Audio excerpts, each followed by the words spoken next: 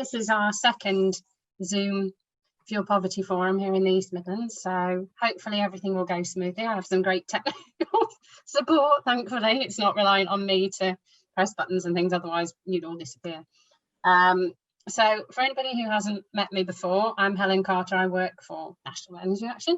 I'm the Project Development Coordinator for the East Midlands. So I'm sure there's some people on the call that have met me before, if not probably many that I've spoken to but never actually seen. So it's nice to see some friendly faces.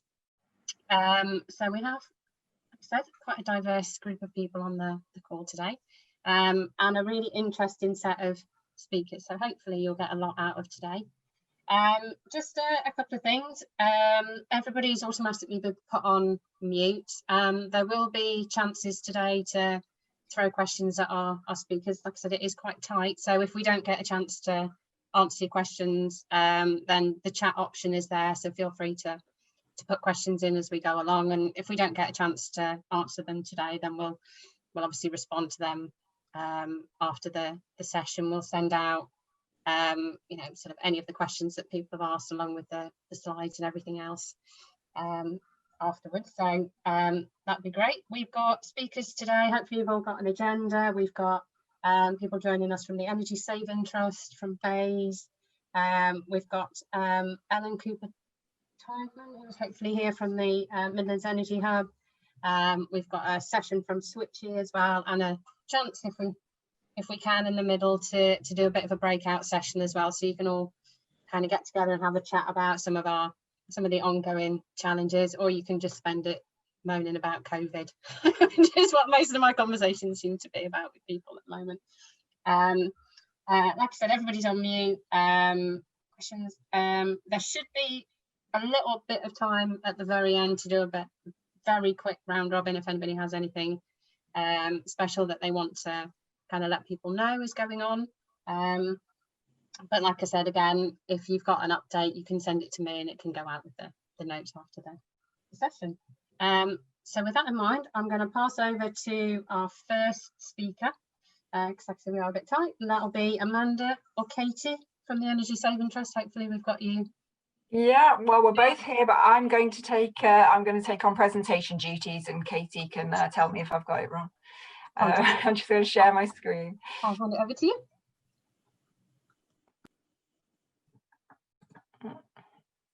Oh, is that sharing okay? Excellent. Yes.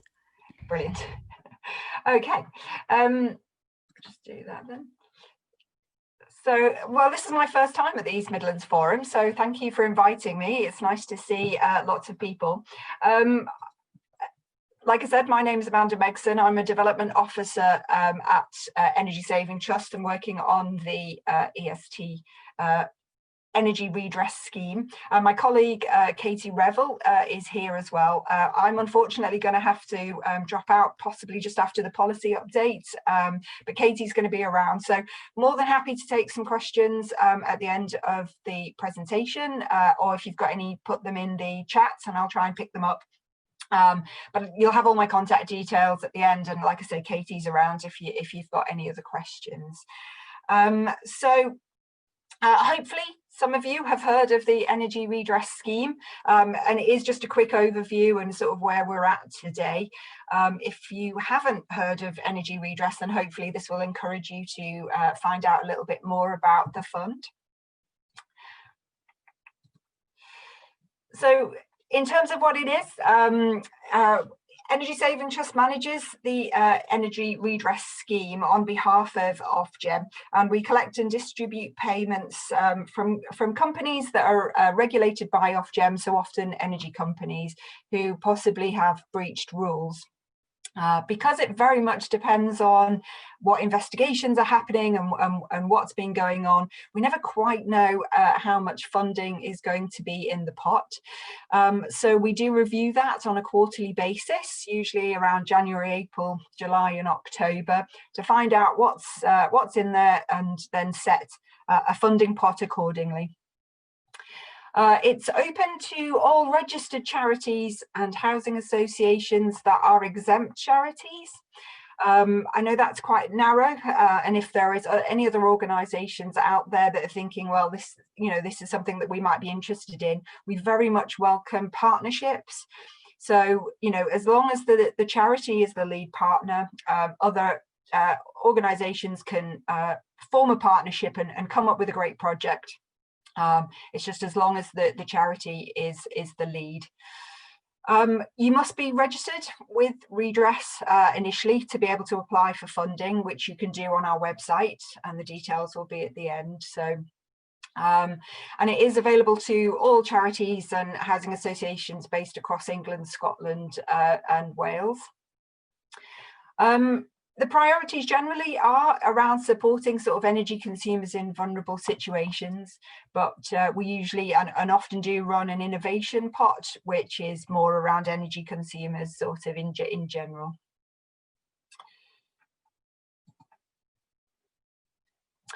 In terms of what we can fund, that's capital or revenue funding. It can be up to 100% of the project costs. Although I will say that, any sort of match funding that you can put in there always looks good as part of an application form, particularly if you are maybe a larger housing association that's putting in a bid. It does look good and shows that you're really committed to the project. Projects can be any length up to a maximum of 24 months. And we usually set a minimum and maximum grant. Once we've had a look at what funding is available, we'll set those, and you will get that information. If you're registered with Redress, you'll get the information about the round and all the details. Usually, well, historically, the minimums have usually been about £20,000. Important, particularly for some of the smaller charities, grants are paid quarterly in arrears on receipt of sort of progress reports. So that is quite important consideration to have a think about if you are a smaller charity. In terms of what we can't fund, it is anything that's in the scope of eco. So if it can be funded another way, it's unfortunately unable to be funded through Redress. So that does include things like eco top-ups, RHI payments, and it does include things like priority services register and warm homes discount. Although through the projects we know these are really important and you should raise awareness of them, any direct referral should be made through a differently funded way or referred on to another organisation.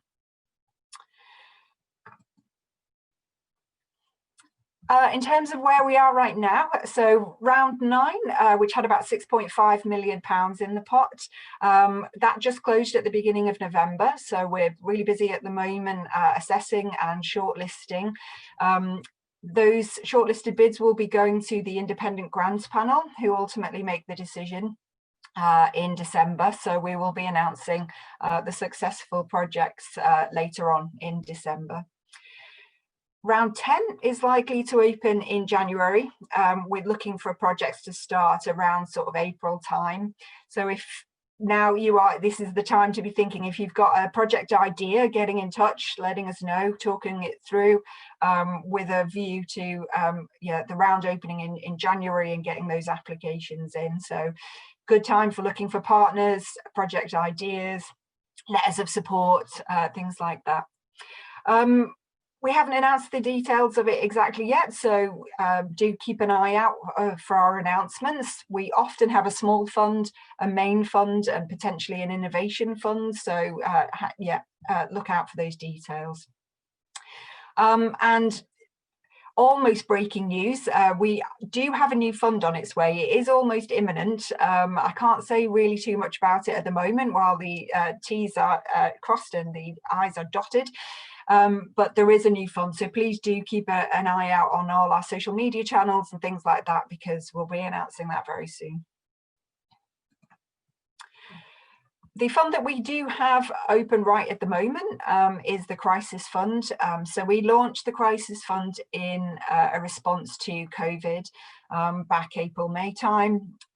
We have round 5 open at the moment. It has £3.9 million in it, and it's basically to cover the cost of fuel vouchers, the admin charge per voucher that the fuel voucher providers charge, and it can include charity admin costs for running the scheme up to a maximum of 15% of the voucher cost. The grant size is between 50,000 and 400,000. And it, like we said, it's to support prepayment customers who are either disconnected or who are at risk of disconnection as a result of COVID. However, the deadline is the 30th of November, so very tight timelines for getting those applications in, but still time. It's not an overwhelming application. If you are familiar with redress, normally you put an application in through our charity dashboard and everything is online. Because this was quite an emergency scheme that we set up quite quickly, this is more just a Word document that you complete and email in. So if you're registered with redress, you can apply to that fund, and you can do that now. We can make sure that you have the application form if you need it.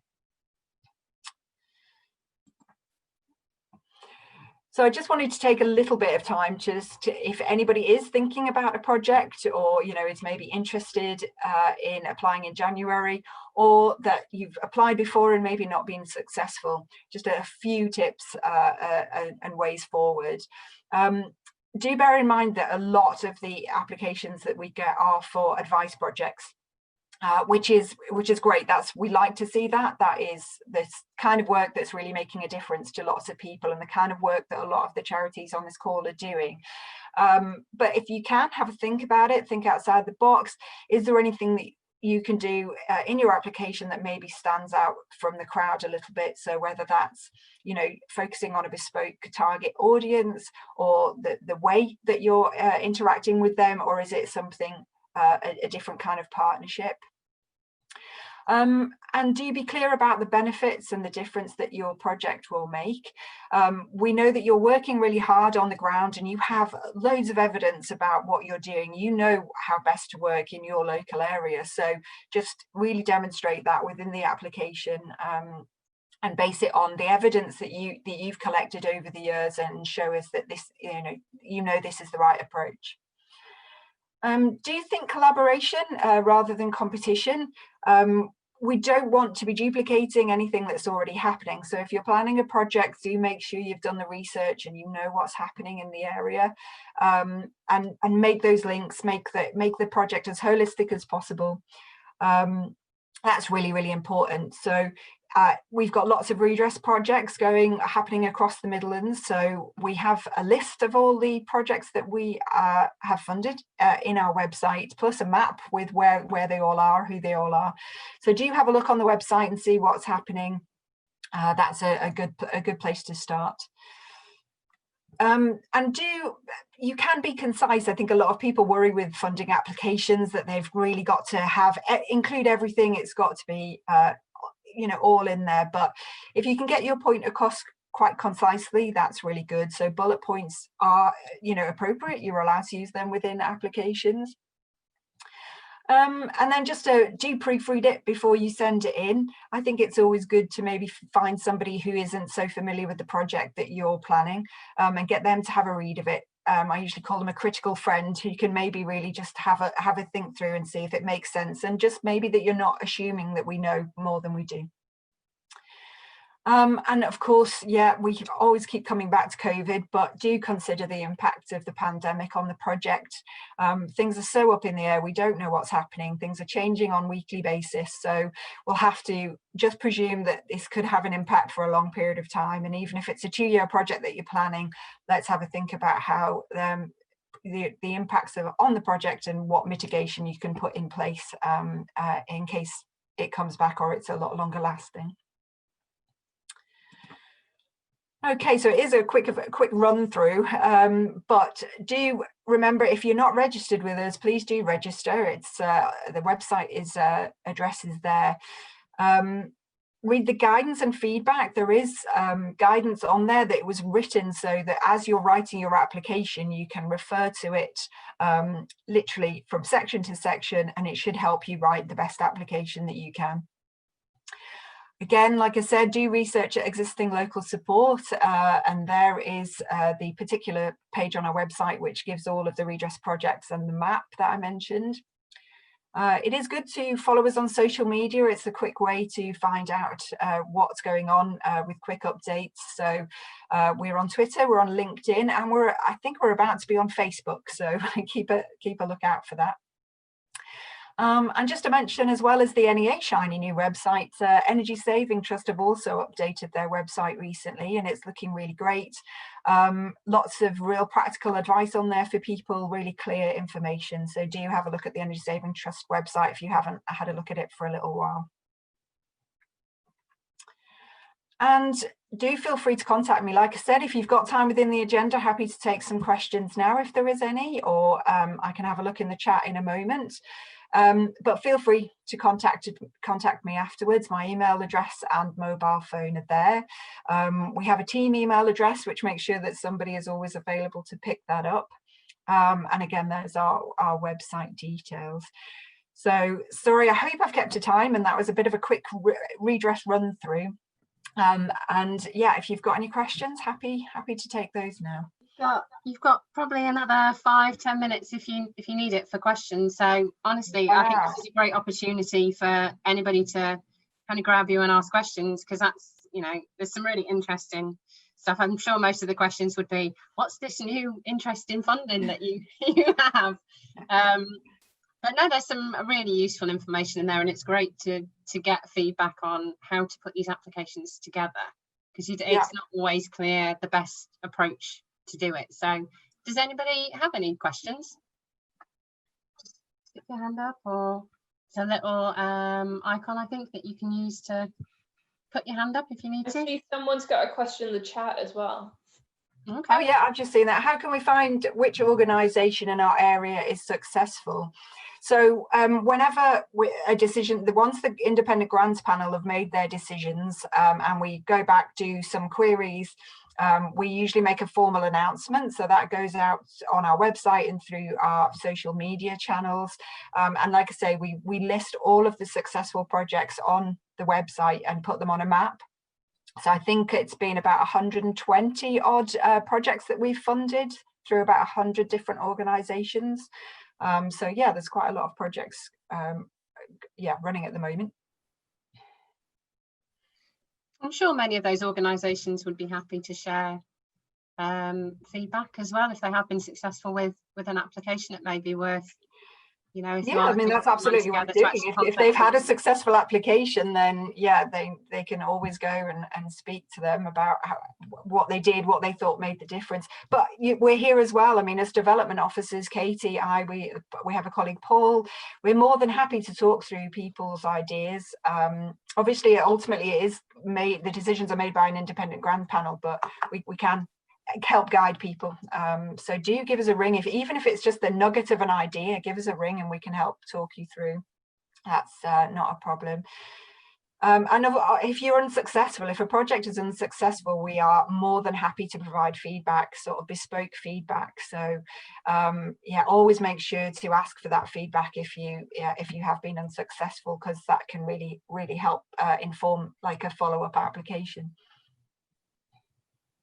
So we've got a question, I think, from Moby. Hang on, I'm just going to think. You're on mute at the moment.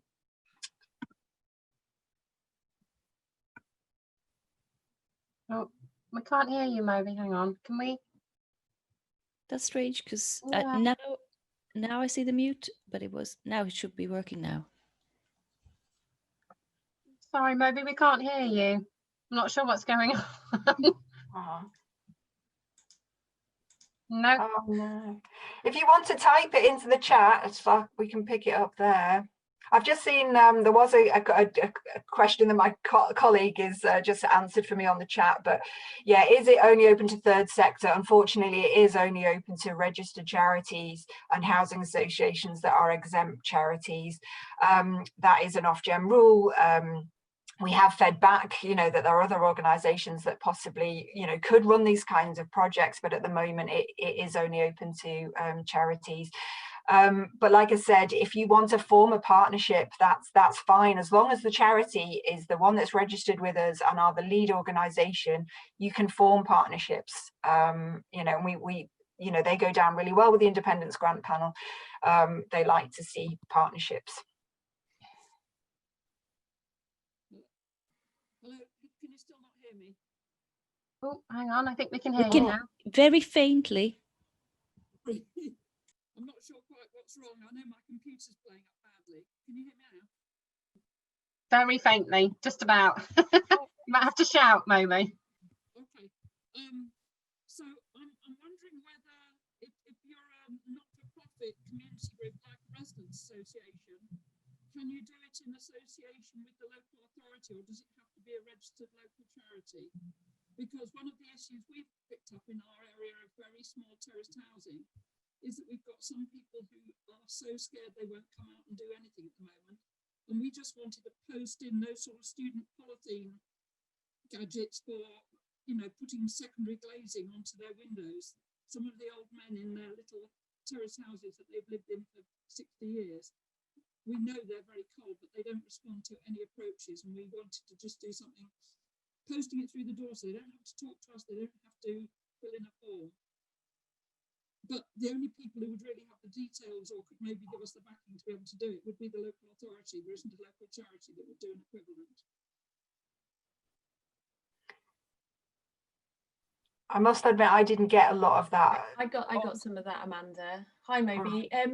So you're some sort of like smaller residents group, and you're wanting to work with people in your area who won't come out and deliver measures. Local authorities can be involved in schemes, but it still has to come from a registered charity. So it might be about talking to your local Age UK, Citizens Advice, Care and Repair. Another one, we've got 700 plus organisations registered with us already who are eligible to apply to us. So, and when it comes to small measures being installed, in our guidance document, we have a list in Annex 3 of the small measures that we can fund through our scheme. So, those are things that we know if they're installed correctly, they will save people energy and money. When it comes to the secondary film, I'm not sure if that's on the list because I'm not sure if enough proof is out there about its efficiency, but certainly it covers things like some basic draft proofing, LEDs, radiator panels, all the sort of typical things that are quite easy to fix, and we know they cut out drafts, they save a bit of energy and save people money. But perhaps the other sorts of organisations that do register with us, it's Citizens Advice, it's Groundworks, it's Age UK's, it's sort of housing associations, obviously, debt advice charities. Is quite a big range. You can always email us and we can kind of maybe give you a few hints on who might be able to work with you. But obviously the minimum size of the project is £20,000. So they do tend to be, I know I could deal with Forest Fields and Hyson Green with the residents who are actively involved, but it's trying to scale it up to get to that amount of money. Yeah, no, it's just something we know these people have barely left their houses. Yeah. Involved in another project where we're taking boxes around to them, but they won't even open the door to us. And we know that they're suffering, and it's just trying to find a way in because they won't let anybody to come in and do repairs or anything else. Quite often they will do for themselves. Quite often the home improvement agency in your area who do disabled facilities grants and things like that, they are still actively going into people's homes and still doing adaptations and walk-in showers and handrails and stuff. So your local home improvement agency might be someone to look into, because they're often still, as I said, they're still quite active and they're quite a trusted partner quite often for people. Thank you. Thanks, Katie. Yeah, I really struggled there. It must have been my sound. I was going to say, if you're working with a partner as well, then that surely would enable you to scale up, because it wouldn't just be your organisation having to spend that money. If you're working with a partner as well, then you can expand it and they can take it as well. So maybe that's the way of doing it. Yes, this isn't a Green Festival. It's just we're all probably multi-skilling at the moment with the crisis going on in our neighbourhoods. Yeah, trying to do everything you can. That's fantastic. Yeah, but if you can access the funding. Okay, thanks. Okay, so that's brilliant. Like I said, if anybody's got any other questions, then feel free to pop them in the chat. Amanda, Katie, are you going to stick around for the rest of the forum? I'll probably have to leave a little bit earlier, but Katie's going to stay. Yeah, no, that's fine. So if you do think of something further along the line, then obviously just drop it in the chat, and then the guys from EST will pick that up for you. Fantastic. Okay, so we'll move on now to hopefully Kirsten Horton is on the call somewhere. Yeah, I'm Yeah. here. Oh, there you go. It's going to give us an update on a government update on where we are with fuel poverty. So I'll hand over to you. Great. I'll just share my screen. All right, how's that looking? That's good. Thanks, Kirsten. All right, so my name is Kirsten Horton. I am a senior policy advisor in the Department for Business, Energy and Industrial Strategy, and I work on the fuel poverty strategy. So what I do is I work on, right now I'm updating the fuel poverty strategy document itself, but I also try to provide a link between all of the different policies that affect people in fuel poverty and all of you. So that's another part of my role. So that's what I'm hoping to do today, is to give kind of a brief overview of some of the different policies that you might be interested in, that might help to support you or the people you work with, and take some of your questions. If they're particularly detailed, I will warn you, if they're very, very detailed, I will have to take them away and ask my colleagues. But I hope that I'll be able to provide you some useful information. So to start off with, I think this has been one of the things people have been most interested in this year, the Green Homes Grant Voucher Scheme. So this launched in September. Low-income households can receive up to £10,000 to fund up to 100% of their energy efficiency and low-carbon heating measures. And any households, regardless of income, including landlords, can receive up to £5,000 to fund up to 2/3 of energy efficiency and low carbon heating measures. So this scheme has just started delivering. We've had a few households receive their vouchers and then start getting them installed already, measures installed already. And we just had an announcement as well that this is going to be extended for an additional year. I know some people were initially a bit concerned because originally the measures were meant to be installed by March 31st. But last week, the Prime Minister announced that this would be extended for another year. And in the spending review yesterday, they announced there would be an extra £320 million on top of the £1.5 billion that was already set aside for vouchers. So there should be a fair bit of funding available. There's a bit more time available as well. It can be accessed through the Simple Energy Advice website. Next as well, obviously the counterpart to that is the Green Homes Grant local authority delivery part of the scheme. So this is 500 million that's been set aside for local authorities to deliver energy efficiency and low carbon heating measures focused on households with a household income of under £30,000. So we've had phase 1A has been open so far, where we've awarded funding to 57 bids worth £76 million.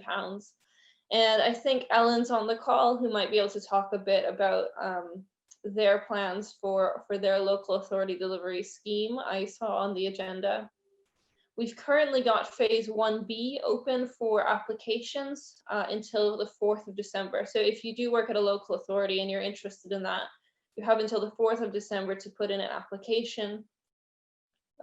We are looking to distribute around £125 million in phase 1B.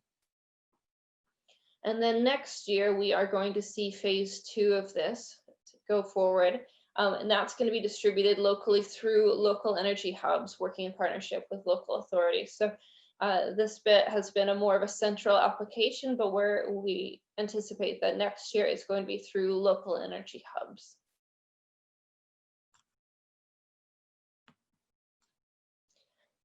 The energy company obligation, or ECO, many of you, I imagine, will be familiar with this. So energy companies provide £640 million worth of energy efficiency measures, heating measures each year. And right now, this has been entirely focused on supporting low-income and vulnerable households across Great Britain. And nearly 2.8 million measures have been delivered since 2013. And last week, the Prime Minister announced that this would be continuing until 2026 at least.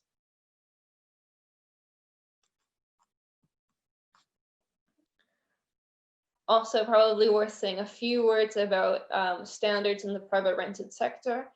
So some of you may be aware that in April this year, some new standards came into effect that any landlords who are renting out their property need to have either improved that property to an energy efficiency band C, or sorry, not C, band E, or they need to have registered a valid exemption. So that is the current standard that's in place right now. They either need to have an exemption that's registered, or they need to be at least band E when they're renting out their property.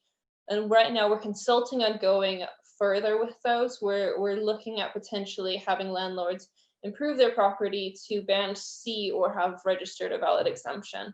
So that's something we're consulting on right now. We'd really be interested in hearing a wide range of views. So if you are interested in this topic, please do respond to that consultation. We're looking at, if that proposal were to go ahead, it would start to take effect in 2025 for new tenancies and would be in effect by 2028 for all tenancies.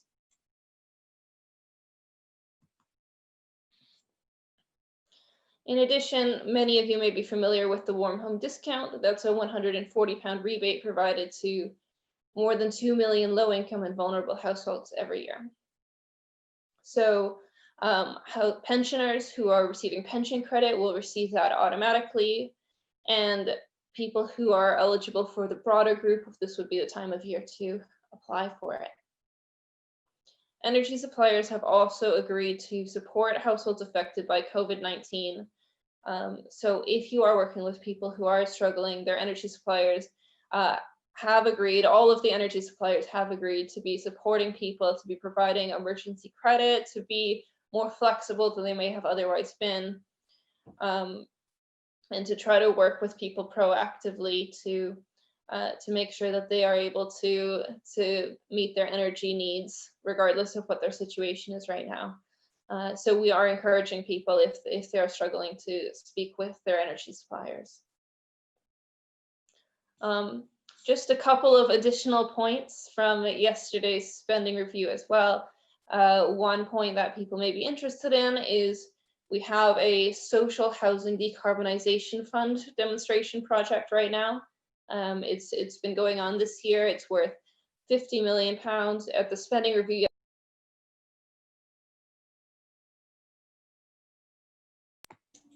apparently the host muted me. Sorry, Kirsten. I was trying to admit somebody into the meeting. My apologies. No worries. Yeah. Can you hear me again now? Yes. Okay, great. So yeah, the Social Housing Decarbonisation Fund this year is £50 million. We've heard from Spending Review yesterday, we're going to have an additional £60 million and extend that for another year. And we also heard in the Spending Review yesterday that there would be an additional £150 million for energy efficiency measures for homes. We don't have details yet on what exactly that will look like, but imagine that would come into effect in 2022.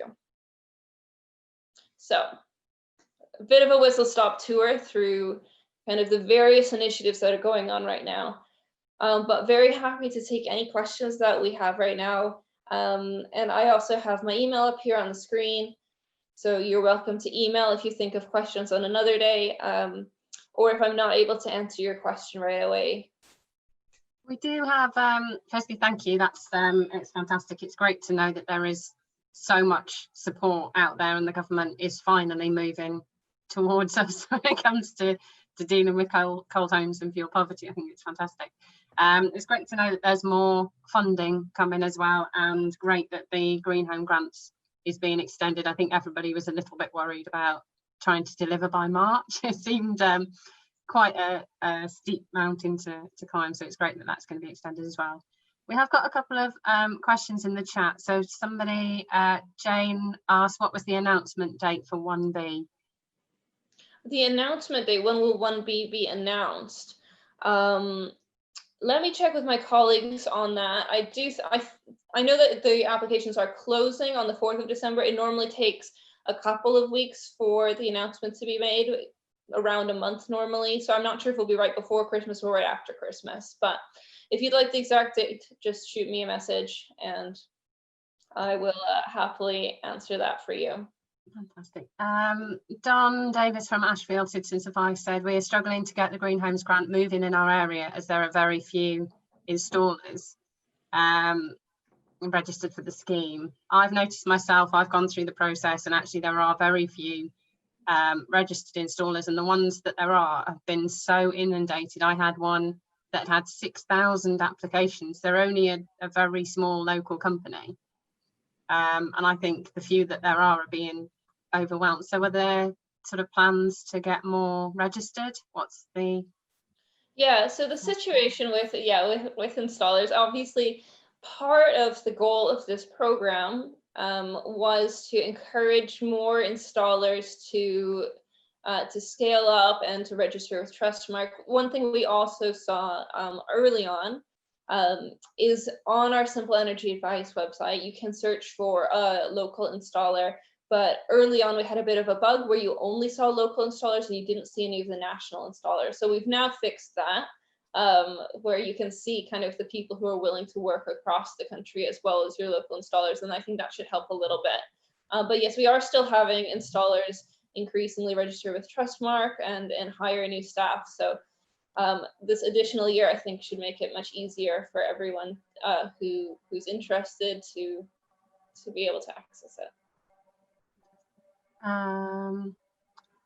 Sarah Earl asked, when extended, will it be to March 2022? That's my current understanding, yes. An additional year. I think that's it. Has anybody got any other questions? No, can't see any more hands up. But like I said, we've got your email address there. So if anybody does have any further questions, then are you happy for them to direct you? Yeah, please get in touch. I think there can be a bit of a divide sometimes. People can sometimes have questions and not know who to ask, but you're welcome to email anytime. Oh, Sarah, I see you've got your hand as well. Do you want to ask a question? Yeah, hi. Sorry, I've got a child here. So I just wanted a quick query about when our HECA templates would be coming out. 2 years ago, we did online survey, which was really useful. Thank you so much. And it was great because you had a document that we could do a report to our members and our chief execs to sign off. Will you be doing something similar again, just so I can get prepared? Because that reporting time will come really quickly for us in local authorities. Yes, so we have someone working up the template right now, and yes, we are expecting to do similar to 2 years ago. Just one last thing, if nobody else has got any questions. The consultation on minimum energy efficiency standards, is the link in your presentation, or is there somewhere? Oh no, there's not a link in the presentation, but I can share it in the chat here so that you can share it around with people as well. In case anybody wants to be involved in that.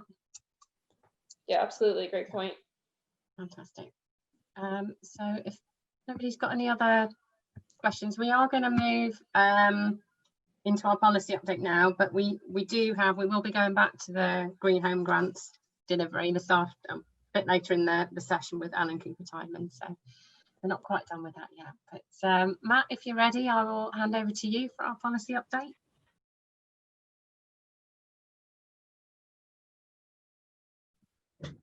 Okay, I'll jump back in where I think I left off, which is the start of this slide. So yesterday we had a spending review from Treasury, which set out the next year's worth of funding for different government departments. NEA went into it with 5 very clear asks. 1, to provide clarity of the warm home discount up to 2026. 2, to implement some commitments from the Tory manifesto on the Social Housing Decarbonisation Fund and home upgrade grant schemes. 3rd, for an extension of the ECO to 2026.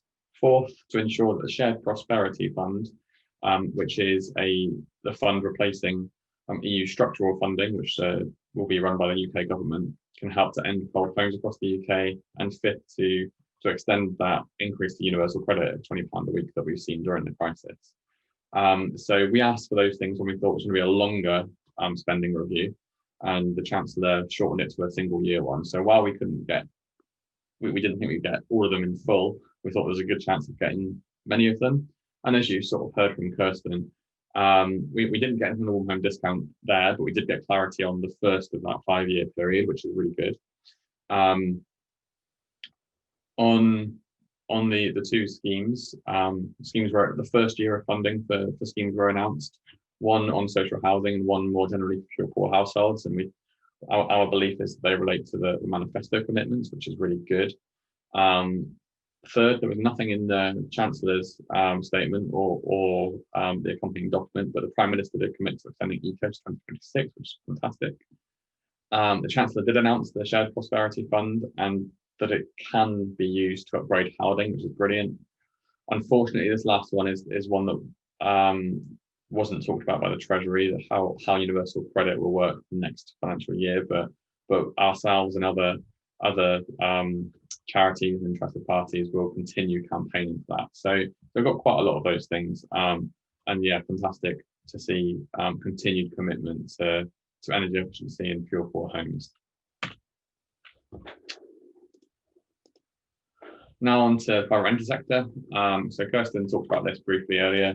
So based consulting to extend minimum energy efficiency standards in the private rented sector to get to EPCC by 2028, with landlords being required to spend up to £10,000 to reach that standard. So BEIS have looked at different cost caps. So £10,000 is their central case. They've looked at £15,000 and £5,000. From looking at it, our emerging thinking is that actually the £15,000 might be the better option than 10,000. It would result in 60,000 more fuel poor homes reaching EPCC, as is the statutory target to get them to EPCC, than the £10,000 cost cap. And it would actually only result in an average increase in spending for landlords of £600. So we think that's pretty good value for money, £600 per landlord to get 60,000 more fuel poor homes for EPCC. But we think that there are a few other things that can be done to make sure that these regulations work as well as possible. Firstly, that the stick of the regulation should be complemented by some sort of carrot to help landlords. So that could either be a tax exemption for landlords, purchasing energy efficiency measures like the landlord energy saving allowance that we've previously seen back in 2000s. And secondly, allowing landlords to access grant schemes. So landlords can access the Green Homes Grant, for example, and we think they should consider how landlords, especially poorer landlords, can access those sorts of schemes going forward. However, the impact assessment of the consultation does assume that measures put into homes by landlords are funded by renting increases. We do think that if landlords can access grants, then a condition of that access to that money should be that rents shouldn't be able to be increased by a number of years afterwards, because that would be quite unfair on the householder. And lastly, we think compliance has been difficult, or enforcing non-compliance has been difficult over the last few years for the current minimum energy efficiency standards for local authorities to do.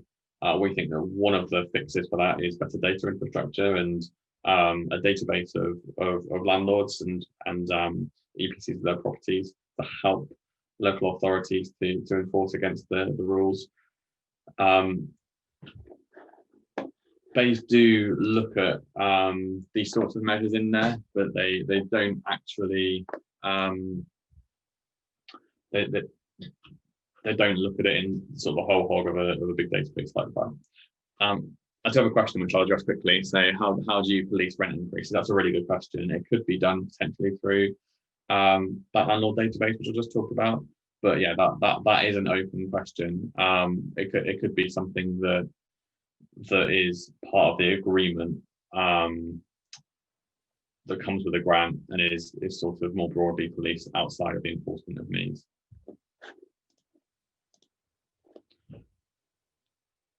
I'll go on to the Fuel Poverty Monitor now. So we released our annual report, Fuel Poverty Monitor, which essentially looks at the state of the energy market for fuel poor households. We released this back in September. And we focused on the impact that coronavirus has had on fuel poor households. including how the lockdown has affected fuel poor households as well. What I'm going to do is touch on the 5 main impacts that we found the virus and the measures have had on households, but then also our themes of recommendations that we've made. So we found that households have seen 5 main impacts. So firstly, increased energy use because they're spending more time at home. Spending more time at home, especially in the winter, means increased energy use, increased costs. Secondly, reduction in income. Lots of people have lost their jobs, being placed on furlough and reduced wages, and the job market has been constrained somewhat. So higher energy use, reduced income, and that leads to increased affordability issues for energy and other things. But utility debt and energy rationing are the consequences of that. 4, lockdown meant that installers, contractors couldn't go to homes to install smart meters and to install energy efficiency measures through eco. That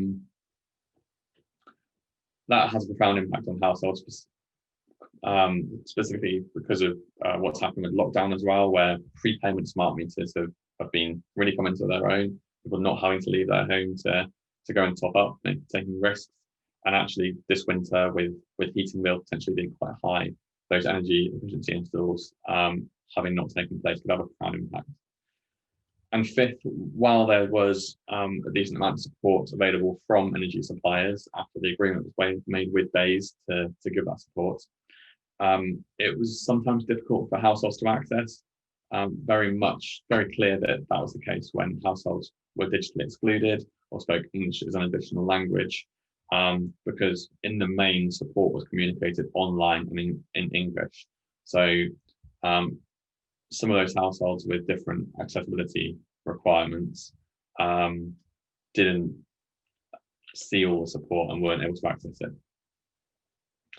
Now we make 5 recommendations across 5 key themes in the report, and I won't go into all the recommendations we made, but I'll just touch on each of these themes and let you see for yourself if you have time to look at the report in the next few days. So the first theme is on identifying need. So we think it's really important that suppliers and others have the right data in order to identify those households who are most in need of support.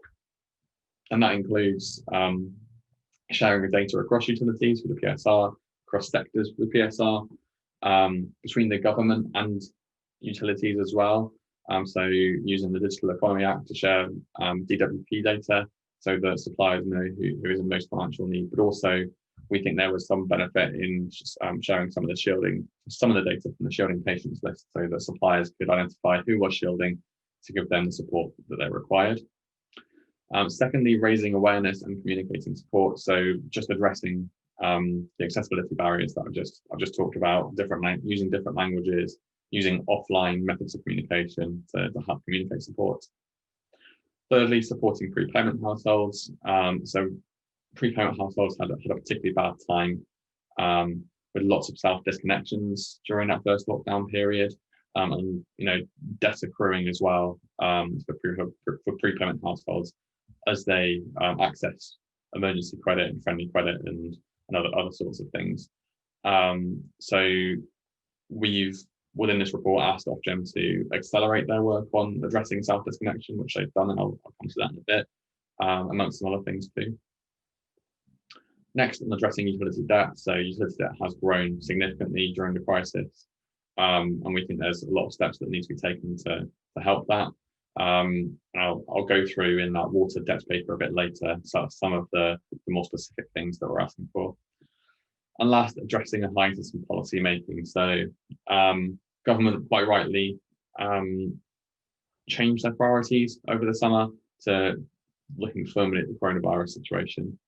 That meant that certain expected policies in the energy sector were delayed quite a bit. So we have an energy white paper that was meant to be published quite some time ago, but should be published before the end of this year. A fuel poverty strategy that Kirsten's continuing to work on. But we need to see these things sooner rather than later in order to make sure that we're on the right route as a country. Next, the warm home discount extension consultation. So you may have seen earlier this year in autumn. So BEIS have consulted on the future of the warm home discount scheme, proposing a single year extension. So they proposed that for 1 year, they basically continue the scheme as is, with the core group staying the same for rebates, the broader group staying the same for rebates, and changing industry initiatives a bit to try and deal with the debt situation in the energy sector.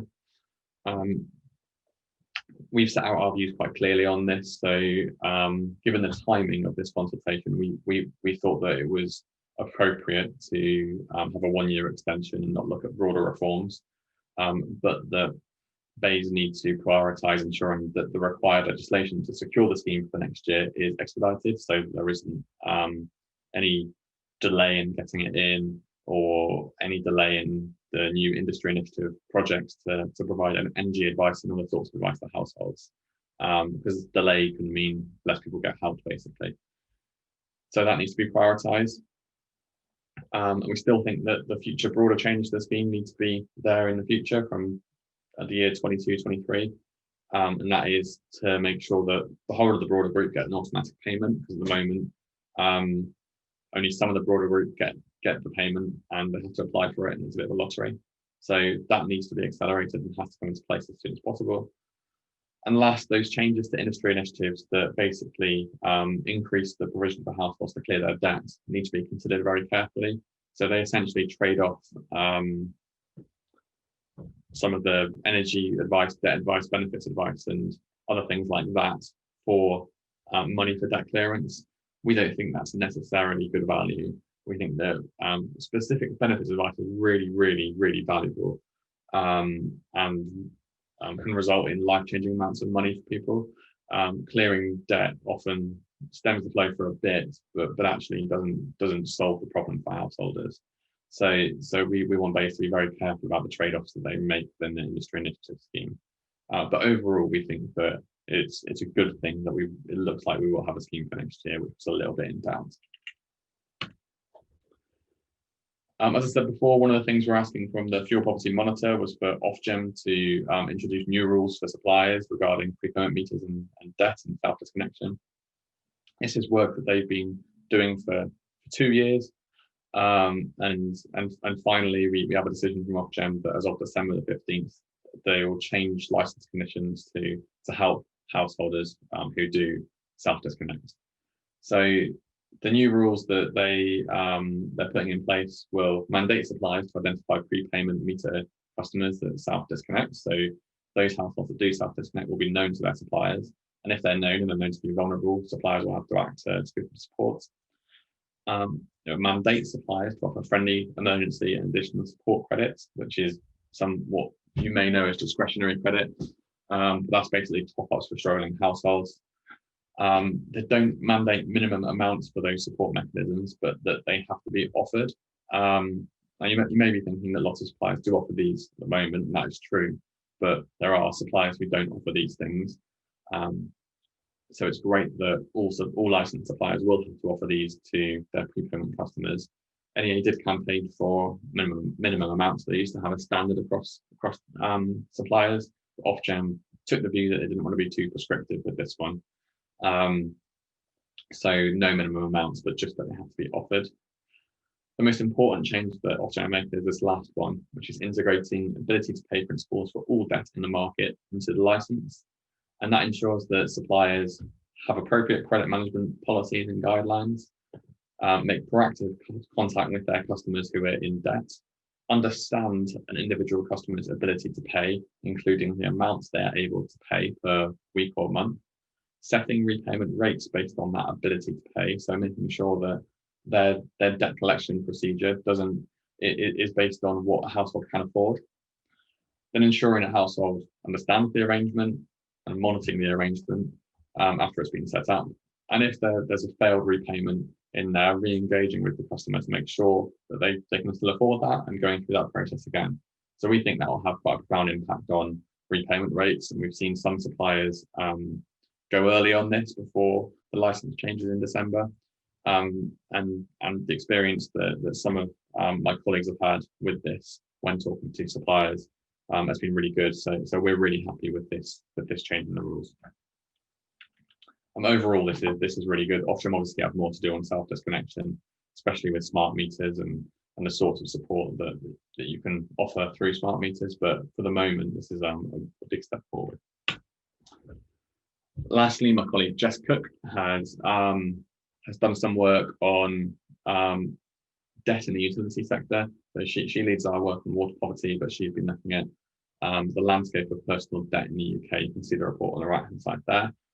And that just looks at the scale of debt in utilities and council tax as well, and what can be done to help those households who are in debt, given that there is a big debt crisis at the moment.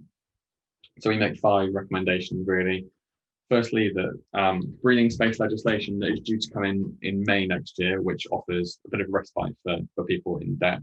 I think it offers six week respite from debt as of May if a household wants it. We think that should be brought forward to sooner than May, and the 6 weeks should be extended to months rather than weeks, as is currently done in Scotland.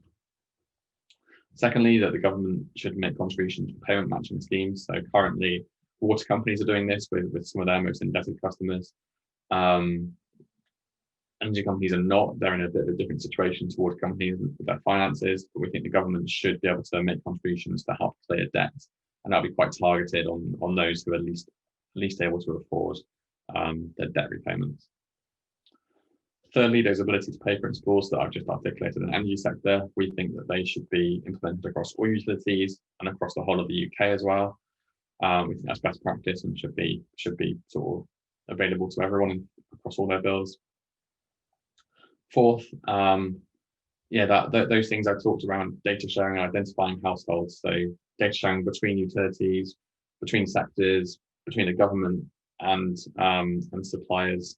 Those need to be considered so that we can find those customers who are moving into financial difficulty at the earliest possible opportunity. And last, we think that all companies should consider how a single definition of severe indebtedness can ensure customers are treated fairly. I would urge you to seek out this paper. It's a really good one, and Jess has articulated these recommendations much better than I have done just then within the paper. So what's coming up? We've got a lot of stuff coming up. So the energy white paper will come out very soon, I believe, and that will contain wide-ranging reforms for the whole energy market. So how generation, networks, and retail will look like, and of course that will all impact on fuel households.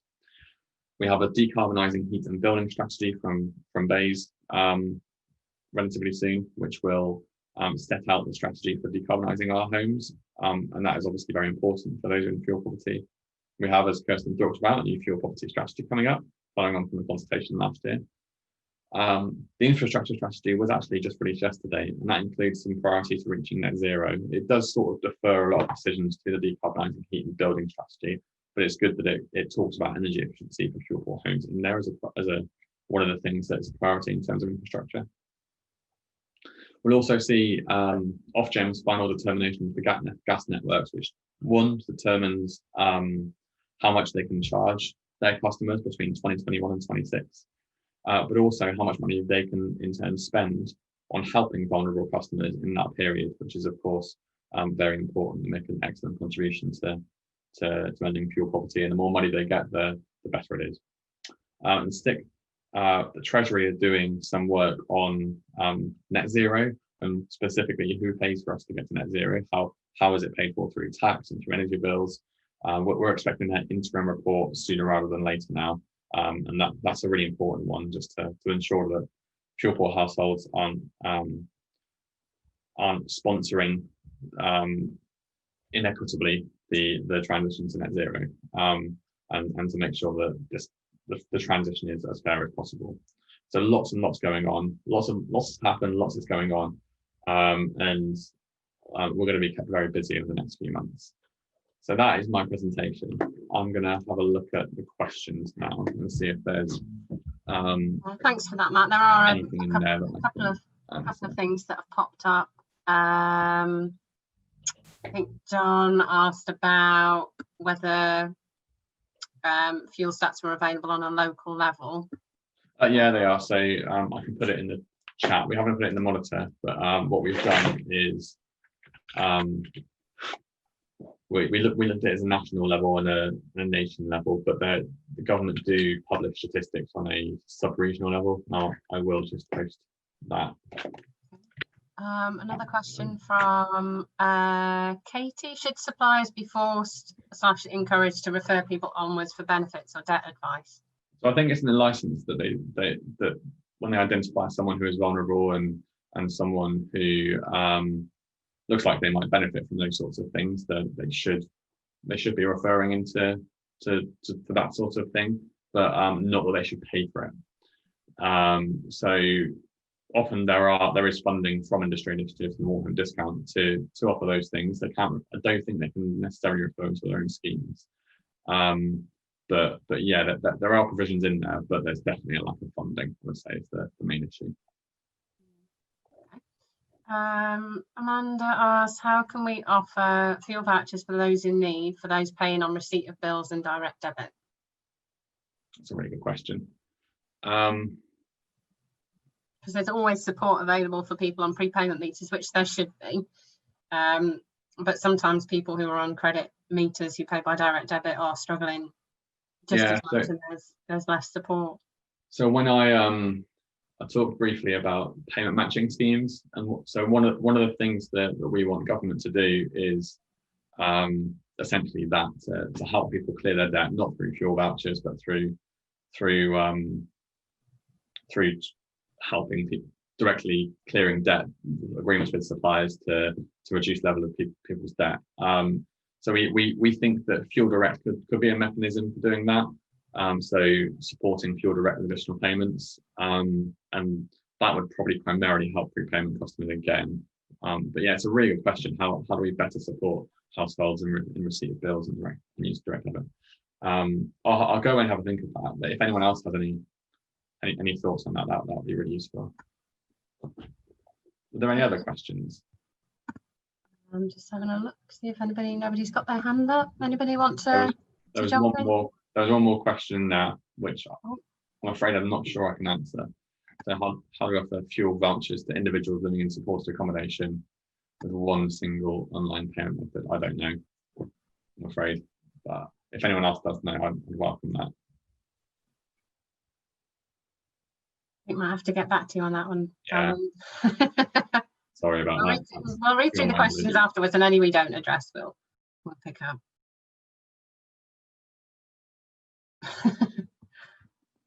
Any other questions? There's some fantastic information there, as always, Matt. Huge amount going on at the moment, and it sounds like there's more in the pipeline. So moving in the right direction, definitely. Yes, you have everybody back. Hopefully you found that a useful session. It's usually when we have our normal forums, you get a chance to have a cup of tea and sort of mingle with all the different people in the forum. I know 10 minutes in a breakout session isn't quite the same, but it's still a good opportunity just to touch base with different organisations, and I think it's quite reassuring in a way to know that everybody's facing the same kind of challenges. There is some interesting stuff coming out of ours about, challenges around home visits, particularly, especially with the time of year. Lots of people could do home visits in the summer quite happily in your garden. And that was one of the challenges that we came up with, accessing technology. Lots of people either can't afford or don't have access to, technology that's going to allow them to seek help and to find those support services. Maybe not even able to afford it if they're trying to keep their fridge stocked and their energy on. So I think that's probably similar. If anybody wants to jump in, add anything else that came up in their sessions. Yeah, Jane.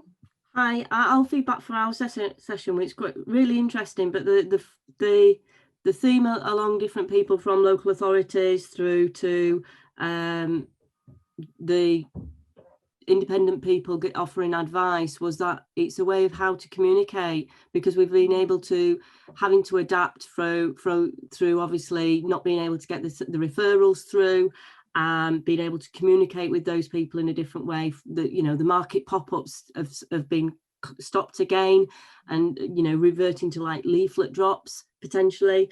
But also an interesting part of conversation was during the summer, the amounts of harassment claims for evictions and harassments for one local authority actually increased, where it didn't see an increase in another authority, which was quite interesting. And then we started to talk about what the impact of lockdown 2 and the winter on potentially health and well-being, and that's where we sort of run out of time. I know, I could have happily given half an hour to that breakout session, because they're always really interesting. Opportunities to catch up and find out what challenges people are facing. But no, that's great. Thank you for that, Joan. Anybody else quickly want to jump in before we move on to our next agenda item? I mean, feel free to add things into the chat, or like I said, if there's any particular comments that came up, any issues, then you can email me or message me. Hi, it's Amanda. Yeah, we had a conversation, and unfortunately Russ from Eon was in the room, so it was quite interesting talking to him regarding the issue that I'm having at the moment, which is what we're saying, there's a new group of people that we're actually trying to help at the moment with sort of the consequences that we've seen over the last 6 months towards those people paying on credit. So it's the direct debit, and those people paying on receipt of bills that we're talking about. Sort of, would it be good to, well, wouldn't it be good, because we don't really know how to address problems of giving them fuel vouchers at the moment and paying debt off, and help as we do with the prepayment meter, because they're this new group of people. If we could get the energy companies to sort of join together to produce like a fuel voucher that you could either purchase from the energy companies, and then can be used throughout a number of energy companies or something, so that even people can buy them for people who are most in need, or we can get them for people at fuel bank, for the food banks and things like that, so they could cash, just sort of use them, and even give them as presents with friends and relatives as well. So it's something that I'm trying to do at the moment, and there doesn't seem to be anything out there at the moment. No, a colleague of mine yesterday mentioned that there's a charity near to where she is based down in Brighton that's basically doing a bit of a sort of crowdfunding scheme where people can do something similar. I'll have a chat with her and see if she can sort of point me in the right direction. But that might be something, either you could create or sort of join with, that enables people to do that. So maybe were you sort of suggesting this time of year, if people want to donate money that goes towards no, or purchase fuel bank vouchers, or yeah, it's for ourselves really, as a sort of an energy charity for the area. We we want to be able to help people out by providing the fuel vouchers, but not just for the prepayment people, because these are a new group of people that are coming into the fuel poverty sort of like line to keep them away from that crisis, is to have fuel vouchers that we can purchase and provide for those people on direct debit and those on payment of bills. That's what we're trying to do. Okay, I will have a think about that. Because I think that the issue is when people, and this sort of came up in our group as well, when people are on credit meters, if they are in debt, any money that you put towards their account goes towards paying the debt and not as credit, because obviously it works differently to prepayment meters. So for us, when we're approaching those sort of customers that are in debt, it's more about managing that debt, applying for trust funds, and trying to get them so that they're only paying for what they're using, rather than constantly chasing their tail trying to pay off debt. So I'm not sure how putting a voucher towards that would necessarily help anyone, but well, it's the same, isn't it, as doing the fuel vouchers for the prepayment meters? Yeah, I suppose the difference is that if you run out of credit on a prepayment meter, you end up with no gas or electric. You can go into thousands of pounds worth of debt on a credit meter. It's not ideal, but but that's what we're trying to prevent, isn't it? Is them going into crisis. It's giving that extra bit of help, just to, if they can't pay their fuel bill over this winter because of being furloughed or Hopefully because some of they're self-isolating. the new measures, the new protections that have been put in place with energy suppliers will sort of address that. So they are going to be hopefully more flexible when it comes to sort of debt repayment plans and supporting customers. Well, hopefully. Hopefully. Hopefully. But I'll definitely have a think about that. We need to kind of move on because we've only got until 12 o'clock. We could do with a whole session on this, I think. Okay, so if yeah, like I said, any other questions, drop them in the chat and we'll address them as we go along. Have we got Ellen from Midlands Energy Hub? Hi. Hiya. Do you want to start with your session? You've got 5-10 minutes. We're a bit pushed for time, but yeah, it will be 5. It's just a quick update. We're still in the process of kind of developing our approach for phase 2, but we thought to share what we can with you all today. So it's just to give you a bit of an update about timescales and our current thinking. So we have been informed that delivery for phase 2 will now need to be completed by December 21. So the Midlands Energy Hub are currently adapting our approach to enable local authorities to start sooner. We're still planning to allocate funding directly to local authorities who have a statutory responsibility for housing, and we hope to inform our allocations in the new year. We're just trying to kind of finalise the process and methodology for doing that. We're also looking at doing a 2-stage application to be able to release funding in advance to be able to help local authorities with the capacity to do the detailed proposals, to kind of understand the housing stock in their area and to be able to provide us with a detailed plan of how they wish to use their allocations in the time frame. And then finally, we're looking to procure additional support across the region, including a DPS to support with contractor procurement over the timescales. And we currently have a survey which is live to understand the types and level of support which is needed across the region. And we just really encourage any local authority, if they could take the time to complete the survey, to help us shape our approach. We're looking to procure quite quickly, so any feedback that you can provide would be gratefully received. And yeah, does anyone have any questions? I'm aware that was a very quick synopsis. no, that's okay. Have you got can you screen share? Have you got a link to that survey? If not, yeah, we've got it at this end if you need, just so that people know. So this is all to do with the Green Home grants delivery, isn't it, Ellen? So this is LAD phase 2. So this is the 300 million for phase 2 was divided between the 5 hubs, and we're just in the process of how that's going to be delivered going forward in the next year. So this survey will shape how you look to deliver that. Yeah. Okay. I've set it so that Ellen can share her screen if she'd like to. If not, I can do it from I was just going to put the survey link in the chat if that's easy. Oh yeah, okay. Oh yeah, if you want to do that, yeah, no, that's fine. Yeah, I'd encourage. Is it just feedback from local authorities that you're looking for? Yes, at this stage.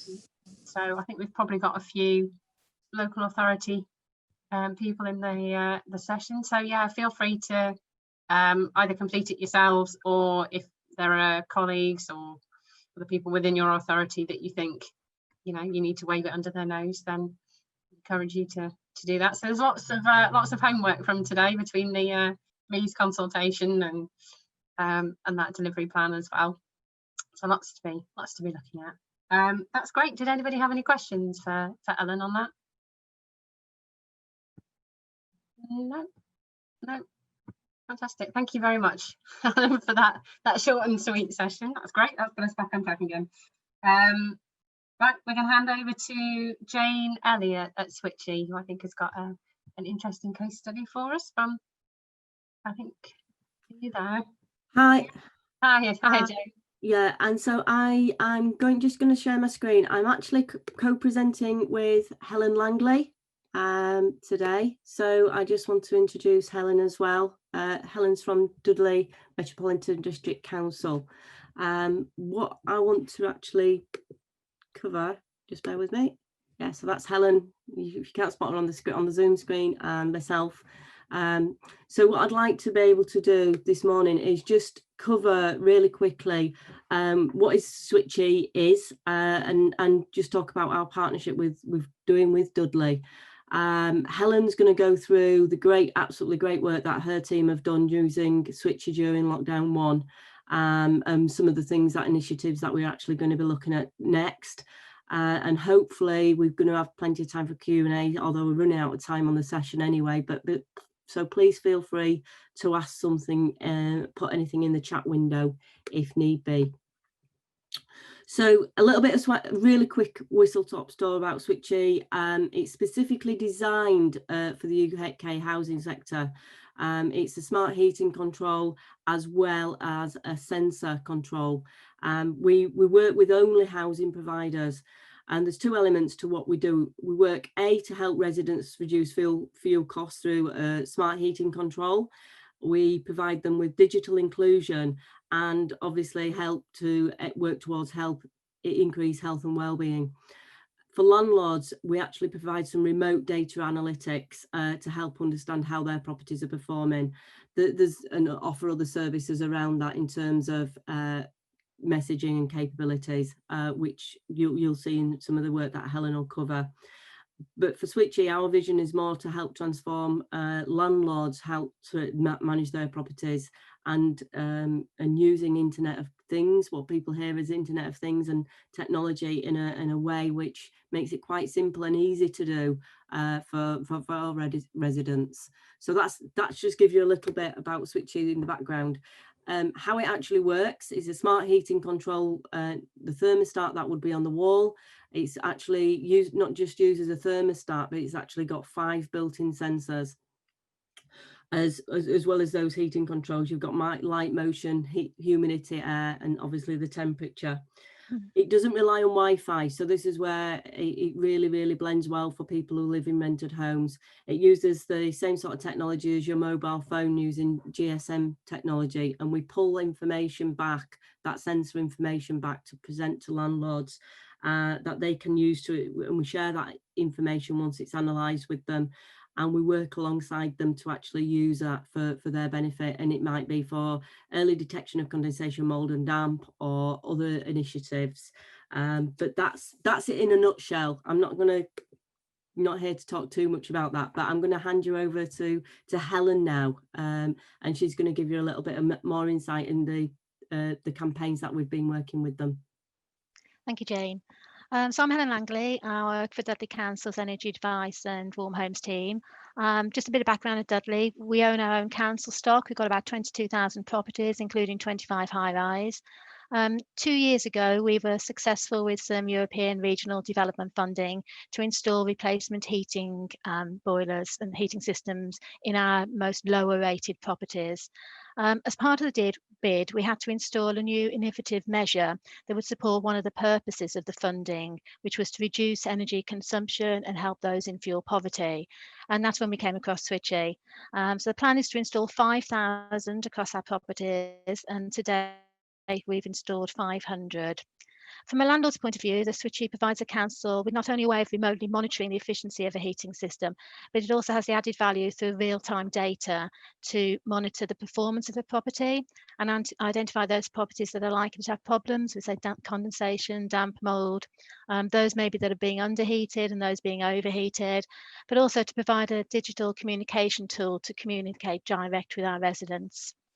From a resident's point of view, it helps them to make their homes more comfortable and hopefully save them money. Next screen then, please, Jane. So we're always looking ways to engage with our residents, and the Switchy has been a really exciting and new way for us to communicate direct with our tenants. To date, we've carried out 3 campaigns and we're just rolling out our 4th one this week. We can pick and choose if you want to send a message to everybody, which we have with these 3 campaigns, or we can just choose to send it to one tenant at a time if we want to maybe just make an appointment for an engineer to visit, or we can do it to a group of housing, which I'll talk about in our 4th campaign, just for a group of tenants.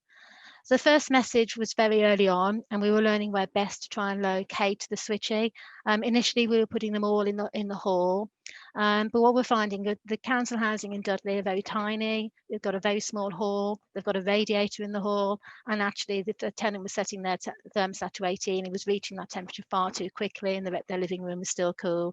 So we sent out this message trying to work out where it was located, so we can put it onto the database. So it helps us when we're analysing the data. Since then, we've done a full offer of energy advice to all the Switchy users, and then we did a warm home discount one. And then we're just doing a survey this week on condensation and damp. Next slide, please. So for the response from the first campaign, we sent out a message to everybody in May, offering them energy advice and tips on how to reduce the cost of their fuel bills. It was during lockdown, so we weren't able to visit people in their homes, and we were very loath to even send letters out because everyone was worried about even touching letters. So it was such a useful timing, such good timing, such a useful tool to be able to make safe contact with our residents through the switchy. Just over 400 were installed at that point, and within 24 hours, we had a 97% response rate from the tenants, with 107 of them indicating that, yes, they would like some extra support with energy advice. Next slide. So for many of the tenants, just to receive a call during COVID, the lockdown, was really appreciated. It was a very stressful time for them. Obviously, all the advice was over the telephone.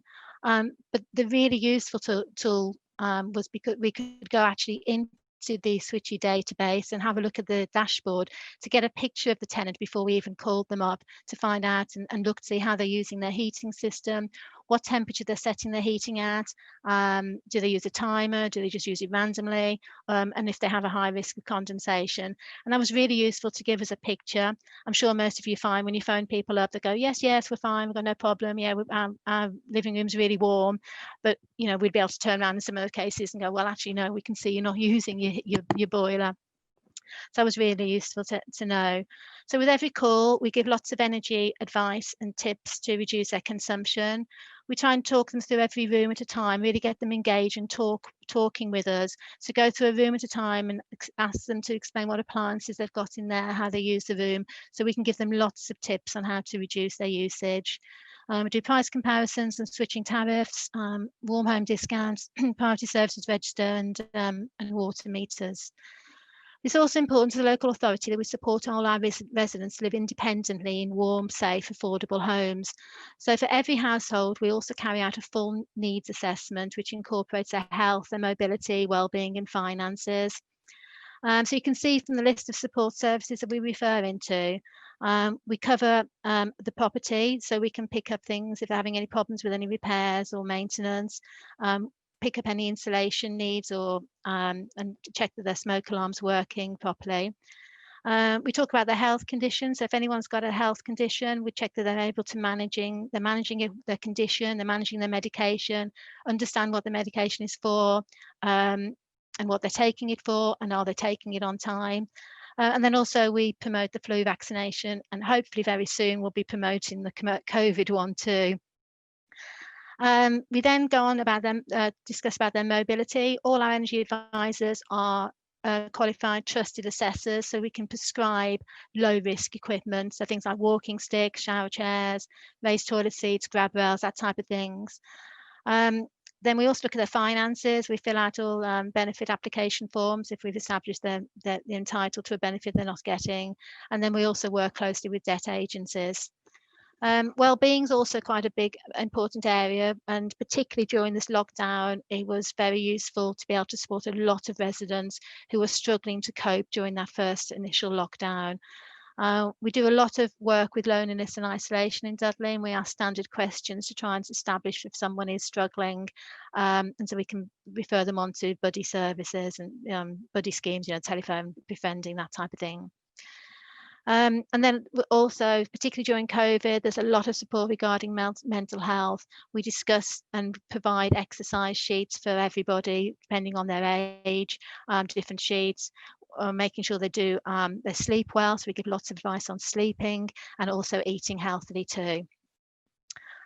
Next slide then, please, Jane. The next campaign we did then was a warm home discount one, and this was more a simple one. It was just mainly about giving information direct through to the switchy about what warm home discount is, for them to determine whether they thought they might be eligible, and advising them to contact their electricity company. We also did put a note on the end if people struggle to do that, to call the council, to call our team, and we will help them apply. And we did that for 15 people.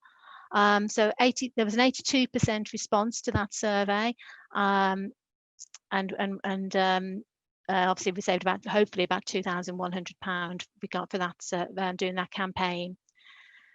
So next slide then, please. So the main key results then. So as a landlord, it helps us to identify our worst performing properties, which enables us to direct our measures to those houses most need, direct our resources. So over a 6-month period, the same 7 properties are consistently cropping up as being in the top worst 10 for us. So we know we need to direct everything to all our resources to those properties to establish why they're underperforming. For tenants, it's been a real opportunity for them to be able to save money. We've hopefully saved them about £8,500 for the 55 households. And then also for myself, for the energy advice service, it's been just such a great and exciting way to be able to work direct with our tenants.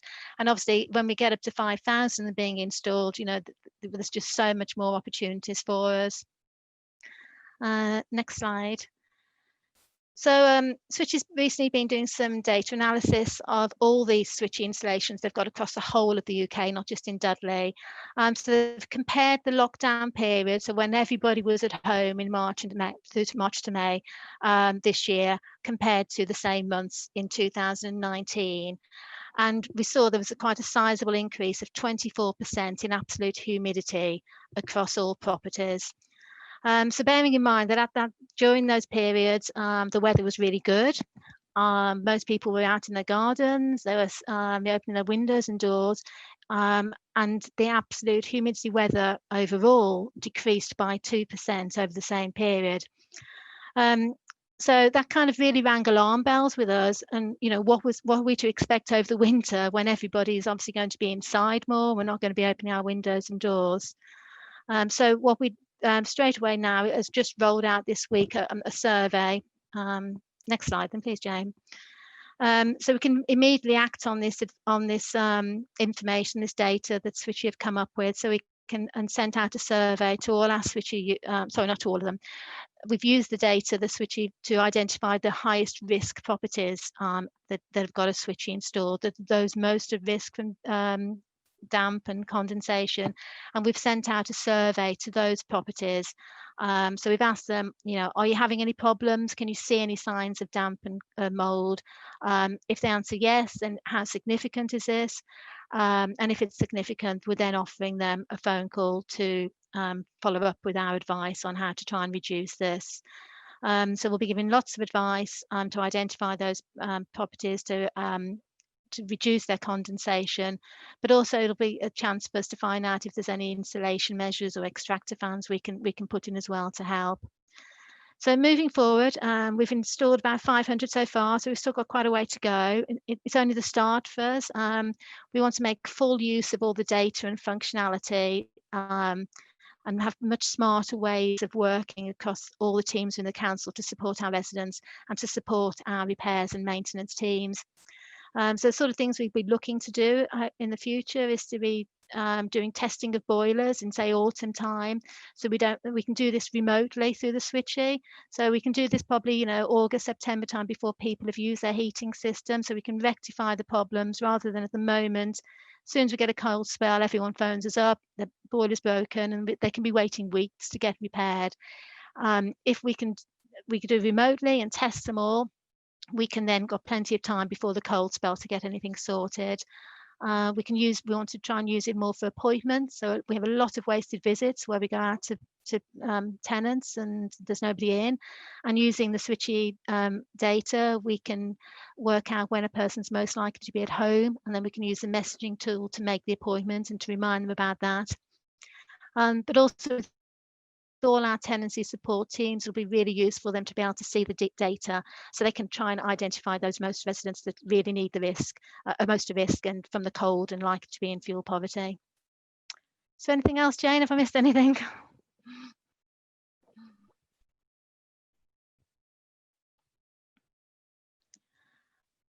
So that's. Sorry, I couldn't find my mouse. Yeah, I think you've covered everything there, Helen. But thank you. I'll put our details on the team. I think the main thing for us is we want to actually work and make use of what you've actually already got, the technology that's already got, and in a small way. If we can change make 40 people feel that they were less lonely and isolated during COVID from lockdown 1, from the great phone calls and things that Helen did, that made it worthwhile for us. And it wasn't just about the reducing of food poverty. And like Helen said, our concern now is the data and the stats that we can do and the analysis internally of all the switches in the UK. And that goes back onto what Matt was saying earlier about the winter and the humidity levels going to be increased. So just being able to put messages out, stop putting things like, you know, drying clothes on radiators and things like that, we're going to really see a big increase on health and well-being potentially. So yeah, if anybody wants any more information, just feel free to contact Helen or myself. Fantastic, thank you so much for that. I don't think I've ever come across a service that offers everything from energy advice to sleep advice with benefits and everything in the middle. Do you just have the one team that does everything, or do you refer to different departments? We do a lot of signposting.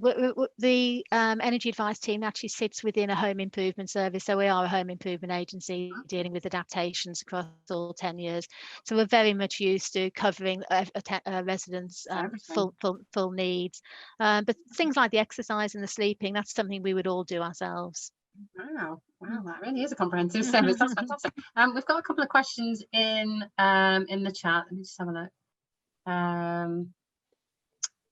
Somebody said, why only bands B and E that you're helping? Is that?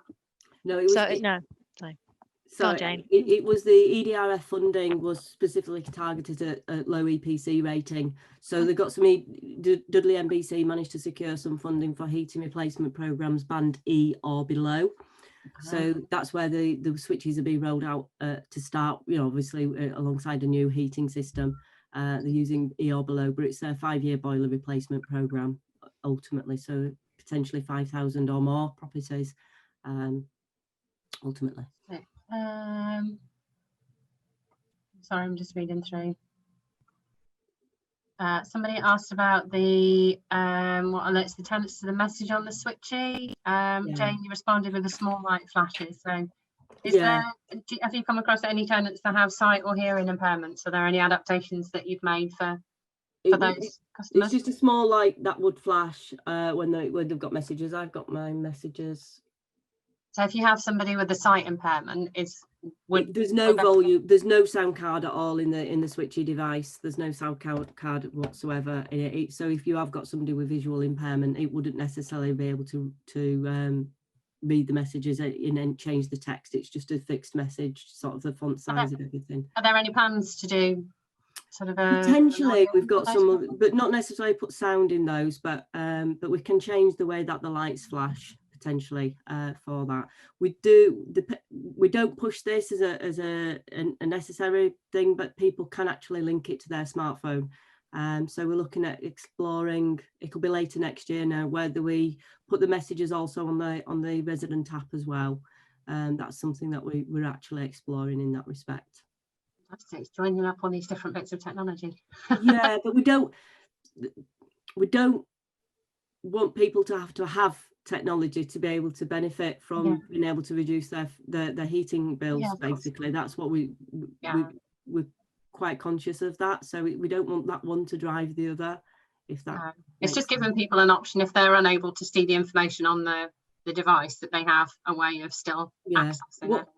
The benefit we can do is actually monitor how the responses and the response rate, so we know which properties perhaps haven't responded. So if you've done a letter drop, for example, with some information, you could say, hi, have you received your letter? If nobody replies to that, then you know that you can actually follow them up by a different means, because that message through the switchy perhaps hasn't worked.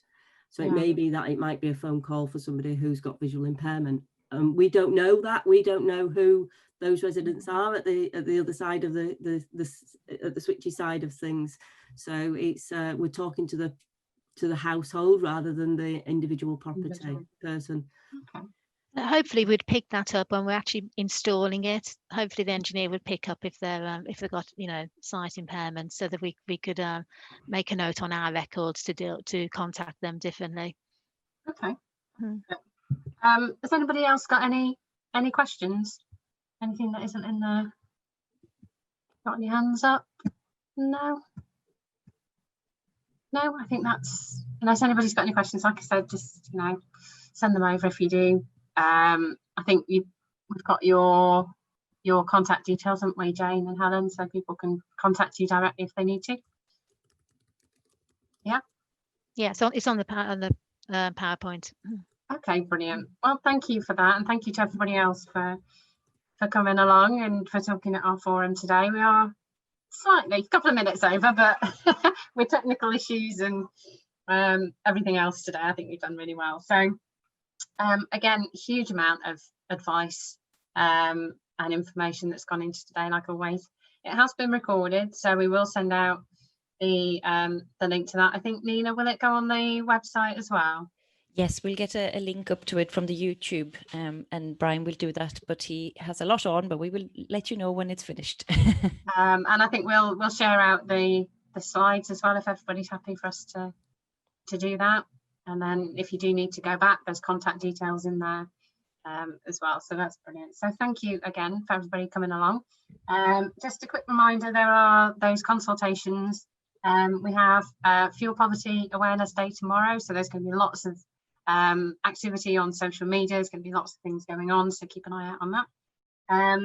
For anybody that needs it, the NEA has a new shiny website, which is fantastic and much easier to access than our old one.